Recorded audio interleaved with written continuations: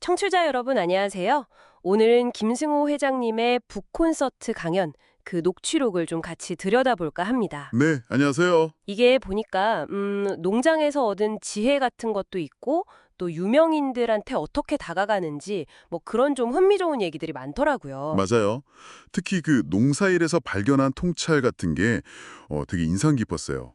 그냥 성공 스토리 뭐 이런 것과는 좀 다른 깊이가 느껴졌습니다. 네, 저도 그래서 오늘 여기서 청취자분들께 좀 도움이 될 만한 그런 핵심만 쏙쏙 뽑아보는 게 목표입니다. 좋습니다. 바로 시작해 볼까요? 네.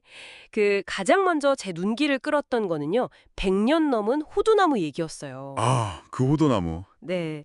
이게 나무 가지에 그냥 매달려 있으면 결국 썩는다는 거예요. 그렇죠. 근데 이게 땅에 딱 떨어져서 막 온갖 고통을 겪고 난 일부 호두만이 그제야 새 나무가 될 수 있다. 뭐 이런 관찰이더라고요. 그게 참 의미심장하죠. 네, 그냥 뭐 고난을 견뎌라 이런 말하고는 좀 다르게 들렸어요. 맞아요. 핵심은 그 땅에 떨어진다는 것 자체인 것 같아요. 그러니까 지금 있는 안전하고 익숙한 자리, 나무 위죠. 거기서 벗어나야 한다는 거. 아, 벗어나는 것 자체가 중요하다. 네. 그래야만 이제 새로운 가능성, 그 새 나무가 될 기회가 열린다는 거죠. 성장은 편안한 곳에 있는 게 아니라 약간 미지의 영역으로 가야 시작된다. 뭐 이런 의미 아닐까요? 그러네요. 실패할 수도 있다는 걸 각오하고 나가야 한다는 거군요. 그렇죠. 그 결단이 먼저 필요한 거죠. 그냥 참는 거랑은 다르네요, 확실히. 그럼 그렇게 익숙한 곳에서 나오려면 어딜 봐야 할까요? 막막할 수도 있잖아요. 아, 네, 좋은 질문인데요.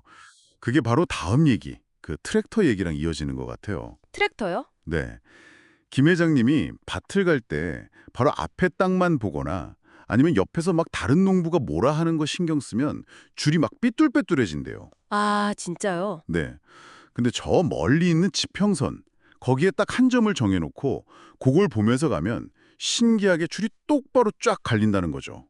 신기하네요. 되게 재미있는 비유 같아요. 그렇죠. 근데 사실 현실에서는 당장 눈앞에 문제도 많고 옆에서 뭐라 하는 사람들도 많고 그게 신경 안 쓰기가 진짜 어렵잖아요. 어렵죠. 당연히 어렵죠. 이 지평선 보기, 이걸 그럼 우리 삶이나 일에는 어떻게 적용해 볼 수 있을까요? 음, 결국 우리 인생이나 사업에서 지평선이라는 건 뭐랄까 내가 진짜 추구하는 궁극적인 목표 아니면 비전 이런 거겠죠. 궁극적인 목표? 네.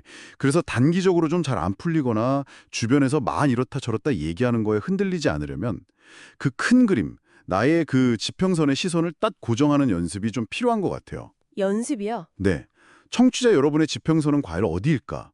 이렇게 스스로에게 물어보고 그 답을 좀 선명하게 그릴 수 있다면 당장의 어려움은 좀 상대적으로 작게 느껴질 수 있지 않을까요? 아, 지평선을 명확하게 그리는 것, 그게 먼저네요. 그렇죠. 근데 그 지평선을 향해 가다 보면 또 혼자 힘으로는 안 될 때가 있잖아요. 물론이죠. 그래서 그 영향력 있는 사람들하고 어떻게 연결될지 뭐 소통하는 법에 대한 조언도 하신 것 같아요. 특히 이런 건 절대 하지 마라 하는 걸 구체적으로 딱 짚어주신 게 좀 인상 깊었어요. 아, 맞아요. 막무가내로 계속 연락하거나 뭐 자기가 누군지도 제대로 안 밝히고 아니면 되게 의미 없는 질문 던지고 길게 막 늘어놓고 이런 거 시간 낭비라고. 네, 시간 낭비. 네. 김 회장님이 강조한 핵심은 연락하는 명분 그리고 스토리였어요. 명분과 스토리. 네. 그냥 내가 원하는 것만 막 얘기하는 게 아니라 상대방이 딱 봤을 때 이 연락은 내가 응답할 만하다. 혹은 이거 좀 흥미로운데? 이런 이유나 스토리를 줘야 한다는 거죠. 아, 상대방 입장에서 생각해야 되는 거군요. 그렇죠. 그 예시로 드신 게 아들 생일 선물로 사인을 부탁했던 아버지 얘기였잖아요.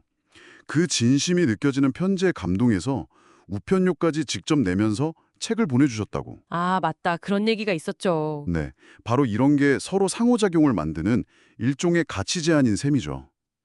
와, 그냥 부탁이 아니라 가치를 제안해야 한다. 관계 맺기의 본질을 딱 꿰뚫은 말 같은데요. 그렇죠. 이런 연결이 잘 되면 더 큰 목표로 나아갈 때도 힘이 될 텐데. 마지막으로 그 10배 목표 설정 얘기도 하셨죠. 그냥 30% 성장, 이게 아니라 30배 성장 목표. 네, 맞습니다. 30배. 이게 그냥 듣기만 해도 와, 이걸 어떻게 하지? 쉽잖아요. 그렇죠. 막막하죠. 네. 근데 그게 포인트인 거예요. 30배 같은 엄청난 목표는 기존 방식, 그러니까 그냥 내가 더 열심히 하고 막 몸으로 때우고 이런 걸로는 절대 안 된다는 걸 알게 만들어요. 아, 방법 자체가 달라져야 하는군요. 그렇죠. 그래서 문제에 접근하는 방식 자체를 아예 근본적으로 바꾸게 만드는 거죠. 예를 들어서 맛집 하나를 운영하는데 이걸 30%더 잘 되게 하는 거랑 이걸 30배 키워서 프랜차이즈 사업으로 만드는 거랑은 생각이 시작점 자체가 완전히 다르잖아요. 네, 완전 다른 얘기죠. 이게 바로 전략적인 사고의 전환인 거죠.